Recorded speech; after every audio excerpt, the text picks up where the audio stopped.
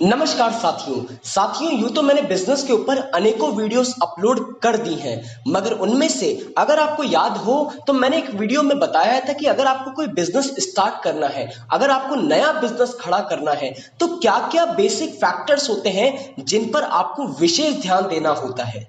और उनमें से एक अति महत्वपूर्ण फैक्टर था इंश्योरेंस। जी हाँ साथियों, वास्तविकता में देखा जाए तो इंश्योरेंस बिजनेस के लिए बहुत ही महत्वपूर्ण होता है, मगर ज्यादातर लोग गलती क्या करते हैं, इंश्योरेंस के बारे में थोड़ी सी नॉलेज गेन करते हैं और उसी थोड़ी सी नॉलेज के बेसिस पर वो किसी भी प्रकार के इंश्योरेंस को ऑक्यूपाई कर लेते हैं। मगर साथियों, यह आपके लिए एक बहुत बड़ा रिस्क साबित हो सकता है।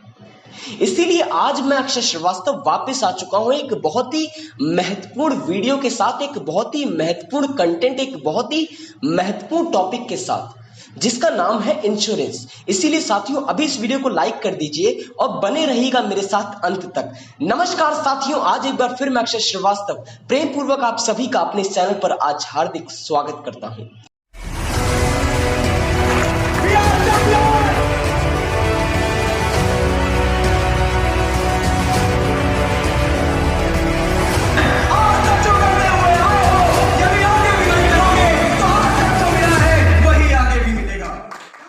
साथियों, पहले आपको समझना पड़ेगा कि इंश्योरेंस आखिर कहते किसे हैं। साथियों, इंश्योरेंस देखा जाए तो सिर्फ और सिर्फ एक कॉन्ट्रैक्ट होता है, एक एग्रीमेंट होता है दो पार्टीज के बीच में, जहां पर पहली पार्टी दूसरी पार्टी को यह वचन देती है, यह कॉन्ट्रैक्ट उसके साथ साइन करती है, यह एग्रीमेंट उसके साथ साइन करती है कि अगर दूसरी पार्टी को भविष्य में किसी भी प्रकार के लॉस का सामना करना पड़े तो उसका पूरा रिटर्न पहली पार्टी उठाएगी। उसके बदले में उसे कुछ प्रीमियम, कुछ पॉलिसीज उसे खरीदनी पड़ेंगी, वो बात अलग है। मगर अगर देखा जाए तो इंश्योरेंस का सीधा साधा मतलब बस इतना ही होता है। मगर अगर आप इंश्योरेंस को वास्तविकता में और गहराई से डीप नॉलेज के साथ समझना चाहते हैं तो आपको इसके फंक्शंस के बारे में जानना ही अत्यधिक बेहतर रहेगा। तो आइए बात करते हैं इंश्योरेंस के फंक्शंस के बारे में। पहला फंक्शन होता है प्रोवाइडिंग सर्टेनिटी। जी हाँ साथियों, वैसे देखा जाए तो हम में से किसी को भी यह नहीं पता कि हमारे होने वाले कल में हमारे साथ कौन सी हैपनिंग होने वाली है। मगर यदि आप किसी भी पर्टिकुलर चीज का इंश्योरेंस करवा लेते हो तो आपके पास एक ट्रस्ट हो जाता है, एक सिक्योरिटी हो जाती है कि हाँ, अगर इसके साथ कोई लॉस होता है भविष्य में तो हमें इसका एक सर्टेन अमाउंट रिटर्न में मिल जाएगा। इसीलिए यहां पर कहा गया है कि इंश्योरेंस का फंक्शन होता है प्रोवाइडिंग सर्टेनिटी। आइए बढ़ते हैं दूसरे पॉइंट की तरफ। साथियों, दूसरा पॉइंट होता है प्रोटेक्शन, जो कि अपने नाम ही से लग रहा है। यदि आप किसी भी चीज का इंश्योरेंस कराते हो तो आपके पास एक सेल्फ सेटिस्फैक्शन के साथ साथ प्रोटेक्शन आ जाता है कि हाँ, अब ये चीज प्रोटेक्ट है। और साथियों, देखा जाए तो इंश्योरेंस और बिजनेस में रिस्क लगभग सेम होते हैं। अगर आप मेरी वीडियोस देखते हैं तो आप बिजनेस में रिस्क को कम तो कर सकते हैं, मगर बिजनेस में रिस्क को खत्म नहीं कर सकते हैं। ठीक ऐसा ही होता है इंश्योरेंस के साथ। इंश्योरेंस भी रिस्क को खत्म तो नहीं कर सकता है, मगर हाँ, आपको एक सेटिस्फैक्शन देता है कि आपका रिस्क कुछ हद तक कम हो चुका है, क्योंकि आपको एक सर्टेन अमाउंट रिटर्न के तौर पर वापस मिल सकता है। आइए बढ़ते हैं तीसरे पॉइंट की तरफ। साथियों, तीसरा पॉइंट होता है रिस्क शेयरिंग। यहां पर रिस्क शेयर हो जाता है। क्योंकि आप अकेले रिस्क का सामना करने नहीं जा रहे हैं।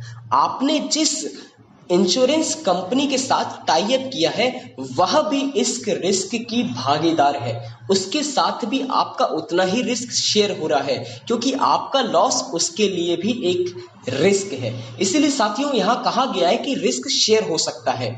आइए बढ़ता हूं अपने आखिरी पॉइंट की तरफ, फंक्शंस ऑफ इंश्योरेंस। साथियों, मेरा आखिरी पॉइंट है असिस्ट इन कैपिटल फॉर्मेशन। देखिए, इंश्योरेंस कंपनीज क्या करती हैं, अगर आपके सराउंडिंग्स में 10 लोगों ने अपना लाइफ इंश्योरेंस कराया है तो बहुत ही कम चांसेस होते हैं कि उनमें से किन्हीं 2 से ज्यादा के साथ कोई हैपनिंग हो जाए। अक्सर देखा गया है कि 10 में से किसी एक के साथ कोई हैपनिंग होती है और उसे अपना इंश्योरेंस क्लेम रिटर्न के तौर पर मिलता है, मगर ज्यादातर लोगों के साथ ऐसा नहीं होता। तो इंश्योरेंस कंपनी क्या करती है कि आपसे जो अमाउंट उन्होंने इकट्ठा किया है एक प्रीमियम के रूप में, इंश्योरेंस बेचकर उस अमाउंट को वो किसी पर्टिकुलर जगह पर इन्वेस्ट करती हैं जहां पर वो अमाउंट बढ़ता है, और इससे इंश्योरेंस कंपनीज अपना प्रॉफिट गेन करती हैं। और कभी कभी क्या होता है, कुछ इंश्योरेंस कंपनी आपको एक ऐसा एग्रीमेंट बनाकर देती है जहां पर वह साफ साफ कहती हैं कि एक पर्टिकुलर टाइम पीरियड के बाद आपको आपका सारा अमाउंट रिटर्न मिल जाएगा, मगर उसके प्रीमियम थोड़े महंगे होते हैं। वो कैसा हो सकता है? वो ऐसे ही हो सकता है जब आपके द्वारा दिए गए प्रोटेक्टेड मनी को वो किसी और जगह पर इन्वेस्ट करें और उन पैसों को बढ़ाएं। तो साथियों, यह तो थे फंक्शंस ऑफ इंश्योरेंस, इंश्योरेंस के फंक्शंस। अब बात करते हैं प्रिंसिपल्स ऑफ इंश्योरेंस के बारे में। आइए बढ़ते हैं अपने पहले पॉइंट की तरफ। साथियों, प्रिंसिपल्स ऑफ इंश्योरेंस का पहला पॉइंट होता है अटमोस्ट गुड फेथ। इसका मतलब क्या होता है, आइए समझते हैं। देखिए, अगर आप किसी भी कंपनी की इंश्योरेंस पॉलिसी खरीदते हैं और उस पर्टिकुलर कंपनी को आप अपने बारे में सारी जानकारी नहीं देते, इसका मतलब है कहीं ना कहीं आप अपने आप को एक बहुत बड़े रिस्क में डाल रहे हैं। और दूसरी चीज, यदि वो कंपनी आपके साथ अपने सारे रूल्स एंड रेगुलेशंस शेयर नहीं करती है तो कहीं ना कहीं यह भी आपके लिए एक रिस्क का कारण बनता है। इसीलिए साथियों, कहा गया है कि हमेशा इंश्योरेंस कराते समय हमें उस पर्टिकुलर कंपनी की सारी जानकारी तो लेनी चाहिए, साथ ही साथ अपने बारे में भी सारी जानकारी उनको दे देनी चाहिए।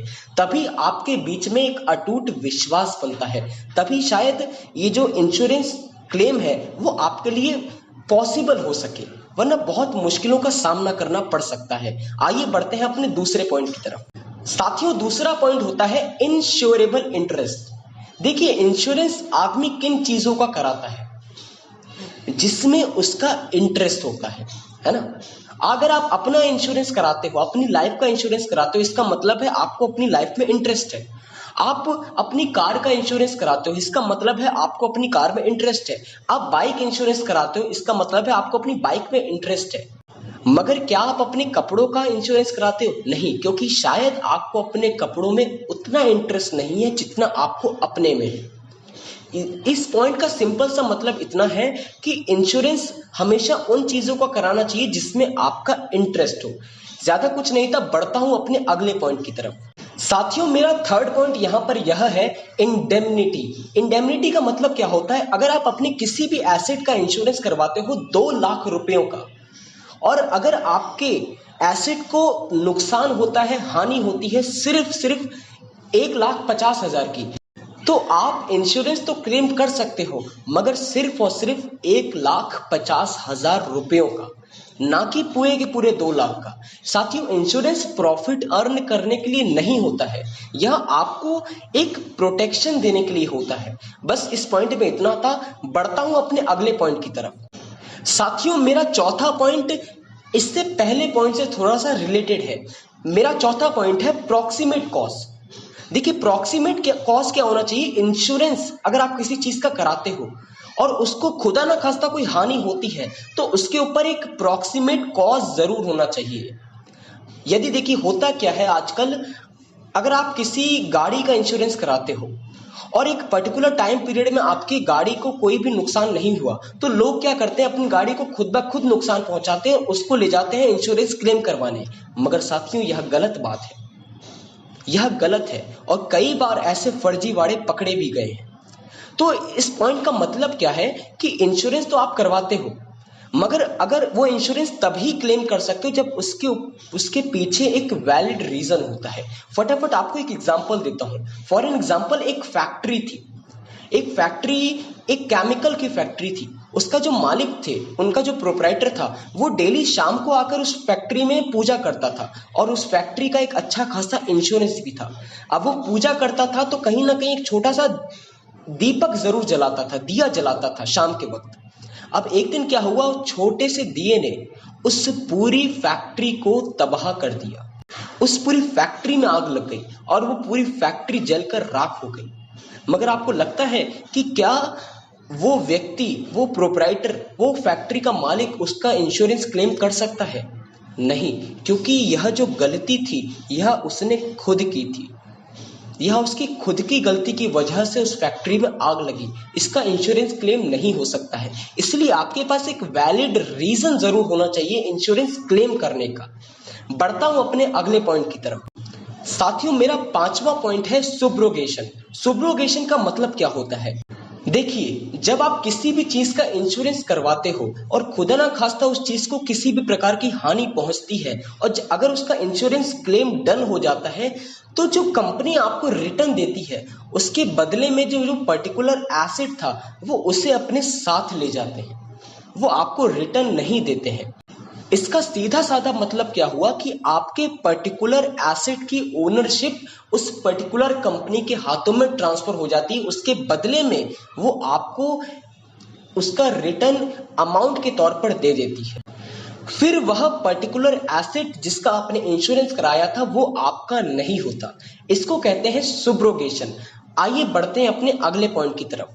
साथियों, मेरा 6th पॉइंट है कंट्रीब्यूशन। यहां पर कंट्रीब्यूशन होता है, फॉर एन एग्जांपल कोई पर्सन अपना ही इंश्योरेंस 2 अलग अलग कंपनियों से करवाता है और खुदा ना खास्ता अगर उसको कुछ हो जाए तो पहली कंपनी से तो वो रिटर्न क्लेम कर लेता है, मगर कहीं ना कहीं अभी भी दूसरी कंपनी तो बची हुई है।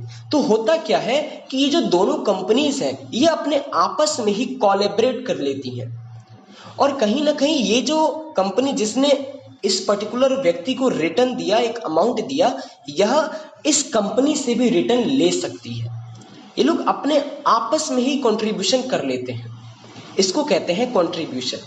आइए बढ़ते हैं अपने आज के लास्ट पॉइंट की तरफ जो है मिटिगेशन। साथियों, यह लास्ट है बट नॉट द लीस्ट है। यह बहुत ही महत्वपूर्ण पॉइंट है। मिटिगेशन क्या मतलब क्या होता है? बहुत सारे लोग इंश्योरेंस करवाने के बाद अपने एसेट्स की केयर करना छोड़ देते हैं।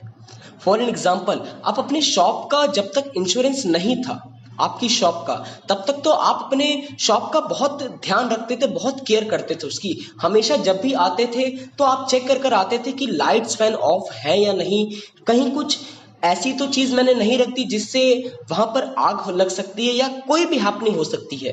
मगर जब आप उसका इंश्योरेंस करवा लेते हो तब आप अपने आप को थोड़ा सा केयरलेस बना लेते हो, उसके प्रति केयर करना छोड़ देते हो। मगर साथियों, यह बहुत गलत होता है और इसी पॉइंट को कहते हैं मिटिगेशन। तो साथियों, मुझे लगता है आज आप इंश्योरेंस के बारे में A to Z पूरी नॉलेज गेन कर चुके हैं। अगर वीडियो पसंद आया हो तो लाइक करना मत भूलिएगा, बिना शेयर किए मत जाइएगा। चैनल पर नए हैं तो सब्सक्राइब करना मत भूलिएगा। आप सभी लोगों का हृदय की गहराइयों से प्रेम पूर्वक बहुत बहुत धन्यवाद।